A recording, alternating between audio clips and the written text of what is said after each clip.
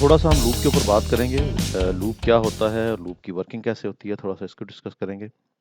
Loop basically कहते हैं कोई एक काम किसी सर्टेन क्राइटेरिया के ऊपर बार बार दोहराते रहना, रिपीट करते रहना।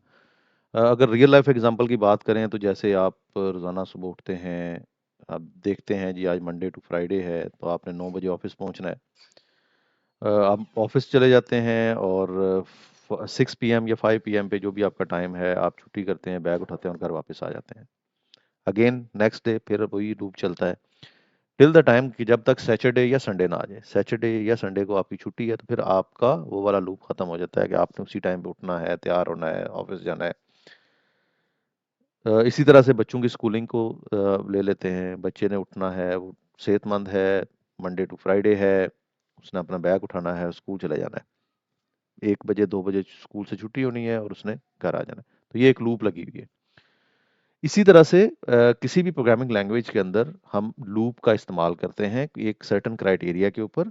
जब तक वो क्राइटेरिया पूरा होता है हमारा वो लूप रन करता रहता है। पहले हम इस लूप को थोड़ा सा कंसोल के अंदर यूज करेंगे, फिर उसके बाद हम इसको जो है वो आर स्क्रिप्ट में यूज करके देखेंगे कैसे यूज होता है। कंसोल में आपने लूप कैसे स्टार्ट करना है जी? सबसे पहले हम दो वेरिएबल डिक्लेयर कर लेते हैं अपना अपना काम जरा आसान करने के लिए।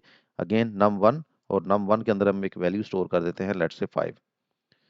और फिर एक और वेरिएबल डिक्लेयर करते हैं num2 और इस सॉरी num2 और इसमें हम एक वैल्यू स्टोर कर देते हैं 6। अब ये दो वैल्यूज आ गई हैं num1 और num2 की। अगर आप इसको प्रिंट करेंगे तो ये आपको उसी तरह से जिस तरह पहले हम प्रिंट करके देखते रहे num1, अगर आप इसको प्रिंट करेंगे तो आपको ये वैल्यू रिटर्न कर देगा। अब हमने करना ये है कि हमने एक लूप रन करनी है जिसमें हम नंबर 1 को बार बार लिख रहे हूं या नंबर 2 को बार बार लिख रहे हो। तो उसके लिए हम क्या करते हैं जी, एक फॉर लूप लिखते हैं। फॉर और इसमें वेरिएबल वेरिएबल लेट्स से मैं इसका आई इसका नाम रख देता हूँ।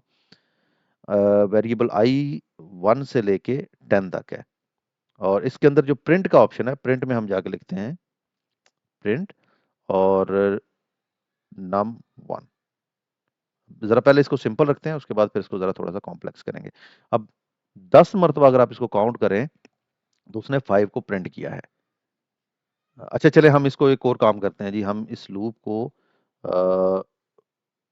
1 to 10 नहीं, हम 1 to 100 कर देते हैं। अब देखें ये इसने 100 टाइम 5 लिख दिया है। तो जितनी मरतबा आप इसको रिपीट करना चाह रहे हैं उतनी values. 1 is a starting point, 100 is ending point. तो जब तक 100 तक नहीं पहुंचता ये बार बार वही एक्टिविटी करता रहेगा जो आपने इस इन पैरेंथेसिस के अंदर दी है, जो सॉरी इन एंगल ब्रैकेट के अंदर दी है। ये एक्टिविटी बार बार करता रहेगा। चलें थोड़ा सा इसको मजीद इजी करते हैं आपके लिए। हम करते हैं जी फॉर आई 1 to num1। अब हमने 1 to num1 कर दिया इसको। उसके बाद इसके अंदर हम एंगल ब्रैकेट डालते हैं और इसमें हम लिख देते हैं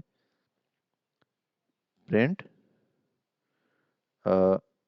आई। अब हमने आई को प्रिंट क्यों कर रहे हैं? ताकि हमें ये पता चले कि ये नंबर कैसे इसके एग्जीक्यूट होते हैं।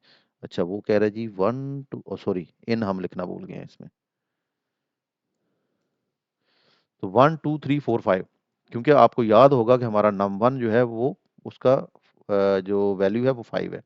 सो 1 से स्टार्ट करके 5 तक ले दिया। i is equal to 1, then i is equal to 2, i is equal to 3, i is equal to 4 and i is equal to 5। So every time वो एक एक इंक्रीमेंट के साथ आगे चलता रहता है। थोड़ा सा मजीद इसको बेहतर करते हैं। अब हम ये करते हैं कि अगेन फॉर और फॉर में i 1 to num1। अब इस केस में हम क्या करने जा रहे हैं जी? इस केस में हम प्रिंट करेंगे i इंटू num2। अब num1 और num2 को हम मल्टीप्लाई कर रहे हैं जब तक num1 अपनी लास्ट रेंज तक नहीं पहुंचता, 1 से लेके ऑनवर्ड। अब ये देखें 6 12 18 24 और 30। आपको पता है num2 की वैल्यू 6 थी, तो पहली दफा उसने 6 को 1 से मल्टीप्लाई किया है, दूसरी दफा 2 से, तीसरी दफा 3 से, चौथी दफा 24 से और पांचवी दफा 30 से। तो इस तरह से आप लूप को रन कर सकते हैं किसी भी पर्पस के लिए। अब ज़रा चलते हैं आर स्क्रिप्ट के ऊपर और वहाँ देखते हैं कि हम अपने प्रोजेक्ट में अगर आर स्क्रिप्ट को ऐड करें, ये यहाँ पे हमारे पास प्रोजेक्ट में आ जाएगा और इसको हम सेव कर लेते हैं और इसको लिख लेते हैं कोड। कोड हमारा यहाँ पे डिस्प्ले हो गया। अगेन वेरिएबल डिक्लेयर कर लें num1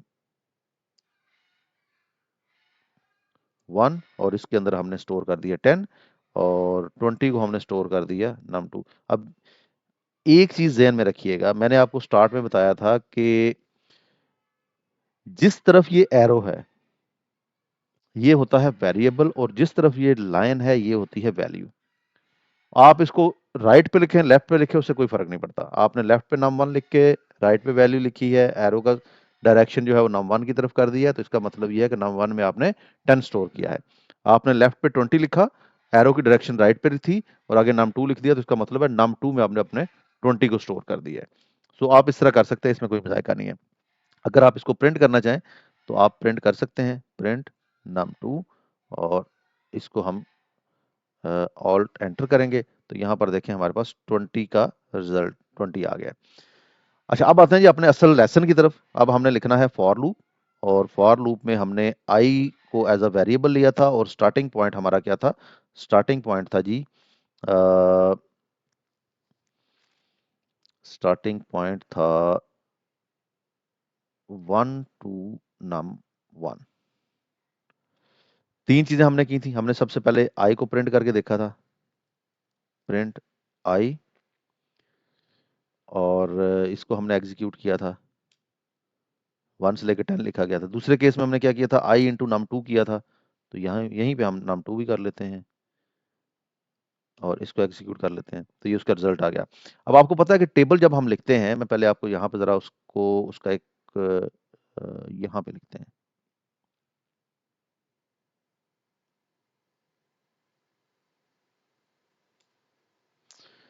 जब हम टेबल लिखते हैं तो टेबल नॉर्मली क्या होता है?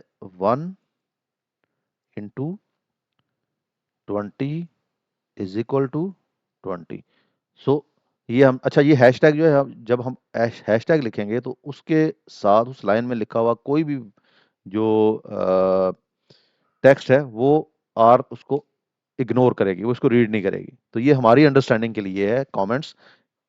यहाँ पर हम क्या करने जा रहे हैं, वो उन चीज़ों को, अगर आपने अपनी याददाश्त के लिए कुछ लिखना है या फ्यूचर यूज़ के लिए कुछ लिखना है कि मैंने यहाँ पे क्या किया था या ये वाला लूप किस वजह से लगाया था, तो आप कमेंट्स में लिख सकते हैं। इसी तरह से जैसे मिसाल के तौर पे num1 हमने लिखा तो num1 के आगे मैं हैशटैग लिख के लिख सकता हूँ दिस इज फर्स्ट वेरिएबल। अब ये दिस इज फर्स्ट वेरिएबल एक टेक्स्ट है और इसमें अगर हम हैशटैग नहीं लगाएंगे तो ये एरर देगा, लेकिन जब हमने हैशटैग लिख दिया तो फिर इसने एरर नहीं देना हमें। अच्छा, उसके बाद अब चूंकि हमने इस फॉर्मेट में इसको करना है तो उसके लिए हम एक काम करते हैं कि एक वेरिएबल डिक्लेयर करते हैं जिसका हम नाम रख देते हैं var3 और इसके अंदर हम एक वैल्यू स्टोर करते हैं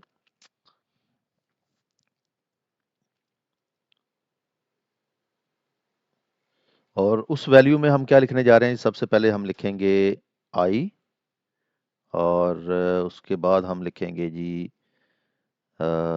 एक second, variable 3 is equal to C I comma X comma, उसके बाद हमारा नेक्स्ट क्या था?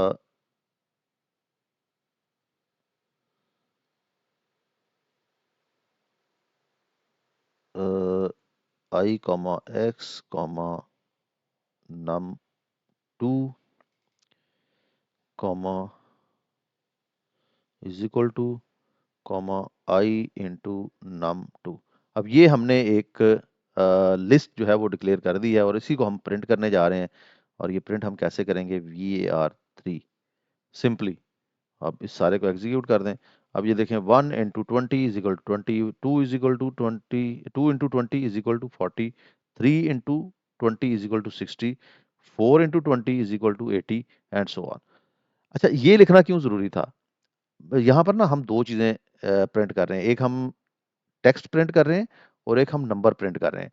तो अगर हम टेक्स्ट और नंबर दोनों प्रिंट स्टेटमेंट में जाके प्रिंट करना चाहें, जैसे मिसाल के तौर पे आई कॉमा एक्स। अब क्या करेगा ये हमें एरर देगा, क्योंकि दोनों का जो डेटा टाइप है वो डिफरेंट है। आई का डेटा टाइप इंटीजर है और एक्स का डेटा टाइप स्ट्रिंग है, तो ये दोनों इस वजह से इकट्ठे ऐसे प्रिंट नहीं हो सकते। तो हम पहले इसका एक मैट्रिक्स बना लेते हैं या एक लिस्ट बना लेते हैं, फिर उसके बाद उसको प्रिंट स्टेटमेंट में एग्जीक्यूट कर लेते हैं। तो ये था जी हमारा for loop. Do while loop भी है, उसके ऊपर भी हम बात कर सकते हैं, फॉर ईच के ऊपर भी बात कर सकते हैं, लेकिन मैं लूप को यहाँ पे फिलहाल पॉज करूंगा, या सिंटैक्स, बेसिक सिंटैक्स को पॉज करूंगा, और अब हम थोड़ा सा डेटा के साथ प्ले करना शुरू करते हैं। डेटा को हम कैसे इसमें लेके आएंगे, सीएसवी से डेफिनेटली स्टार्ट करेंगे। सीएसवी फाइल कैसे इंपोर्ट करनी है, फिर उसके ऊपर वर्किंग कैसे करनी है, तो वो सारी चीज़ें हम इसमें करेंगे। लेकिन उसके लिए अगली वीडियो में का वेट कर लें, अगली वीडियो में ये सारी डिटेल्स बताऊंगा, अदरवाइज ये वीडियो बहुत लंबी हो जाएगी। अब हम प्रैक्टिकली डेटा के ऊपर काम करना शुरू कर रहे हैं।